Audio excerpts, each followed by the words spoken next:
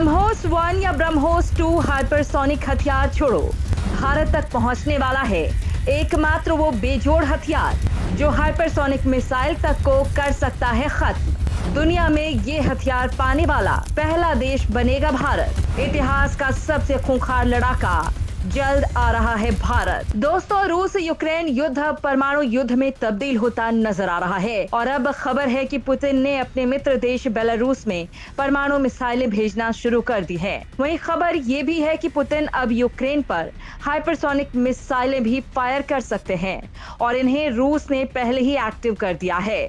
अब अगर रूस ने यूक्रेन पर हाइपरसोनिक मिसाइल दाग दी तो क्या किसी के पास इसे रोक पाने का हथियार है? अमेरिका, खुद रूस, चीन, जापान या भारत, कोई भी देश? जवाब एक ही है, किसी भी देश के पास ऐसा हथियार नहीं है जो हाइपरसोनिक मिसाइल को रोक भी दे। वो मिसाइल गिरी तो तबाही तो लाएगी ही लाएगी, हजारों लोग मरेंगे ही और ऐसी खतरनाक मिसाइल के गिरने के कई सालों बाद वही हश्र होगा जो हिरोशिमा नागासाकी का हो रहा है, बल्कि उससे 100 गुना ज्यादा ही होगा। लेकिन दोस्तों, आज एक ऐसी खबर सामने आई है जिसने पूरी दुनिया का सिर घुमा दिया है। क्या अमेरिका, क्या रूस और क्या चीन? इस खबर ने सबकी बैंड बजा कर रख दी है। खबर यह है कि भारत का सबसे अजीज दोस्त, जो किसी मामूली हथियार से लेकर अमोघ तकनीक तक जो कुछ भी टेस्ट करता है, उसे तैयार करता है, भारत के लिए उसके हमेशा दरवाजे खुले रहते हैं बिना किसी शर्त के। अब खबर यह है कि उसने ऐसी हाइपरसोनिक मिसाइलों के हमले को नाकाम करने वाला दुनिया का सबसे बड़ा और पहला हथियार तैयार कर डाला है। जी हाँ, जो काम कोई नहीं कर पाया वो काम आकार में छोटे से देश ने कर दिखाया, जिसकी तकनीक का लोहा दुनिया मानती है। अब चीन के तोते उड़ गए हैं। सवाल है कि इजराइल का पंगा तो चीन के साथ है ही नहीं, तो चीन का पंगा भारत के साथ है। और चीन कभी कभी दावा करता है कि उसने हाइपरसोनिक मिसाइल बना ली है। अब चीन को डर सता रहा है कि जब तक वो अपनी हाइपरसोनिक मिसाइल को पूरी तरह से तैयार भी नहीं कर पाएगा, उससे पहले तो भारत उसकी हाइपरसोनिक मिसाइल को मारकर गिराने वाले हथियार ही मंगवा लेगा इजराइल से। और ऐसा हथियार रखने वाला भारत इजराइल के बाद दूसरा देश बन जाएगा और इजराइल भारत के अलावा शायद ही तकनीक किसी और देश को दे। दोस्तों, आपको इस कमाल के हथियार की ताकत और तकनीक दोनों को बताते हैं, साथ ही ये भी बताते हैं कि किस तरह से ये हथियार जल्द भारत पहुंच जाएगा। हाइपरसोनिक मिसाइलों का पहला किलर आया सामने, इजराइल भारत को दे सकता है ये कमाल की तकनीक।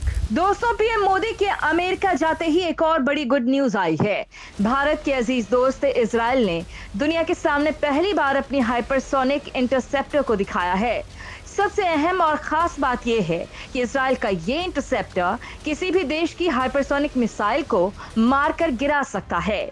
दरअसल इजराइल को सबसे ज्यादा खतरा था ईरान से। ईरान के पास हाइपरसोनिक मिसाइलें आ गई हैं और ईरान कई बार इजराइल पर हमले की धमकी दे चुका है। इसलिए इस इंटरसेप्टर के लॉन्चिंग के साथ ही इजराइल को ईरानी हाइपरसोनिक मिसाइलों के खतरे के खिलाफ एक मजबूत रक्षा कवच मिल गया है। इजराइल के इस अचूक लड़ाके का नाम है स्काईसोनिक हाइपरसोनिक मिसाइल इंटरसेप्टर। इसे Israeli company Rafael Advanced Defense System Limited ने बनाया है।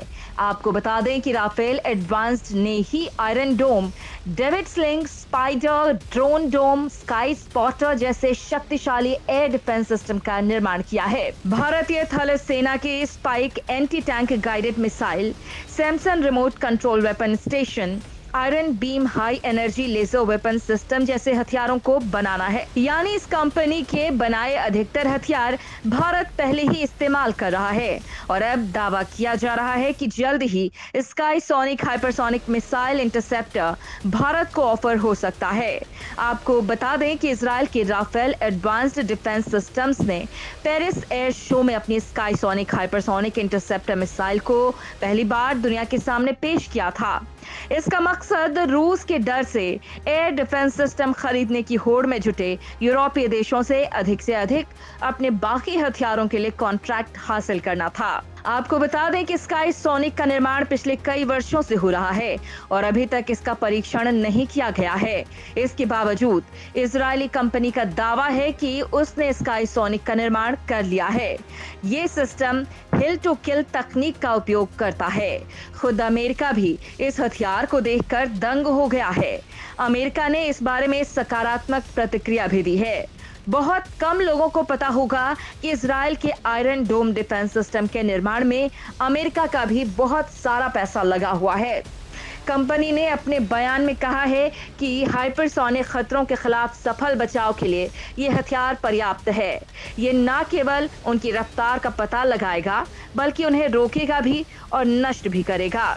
इजराइल ने क्यों बनाया स्काईसोनिक हाइपरसोनिक इंटरसेप्टर? दोस्तों, इजराइल पर काउंटर हाइपरसोनिक डिफेंस विकसित करने का दबाव और अधिक जरूरी हो गया है क्योंकि इसके कट्टर प्रतिद्वंद्वी ईरान ने हाइपरसोनिक हथियार विकसित करने का दावा किया है।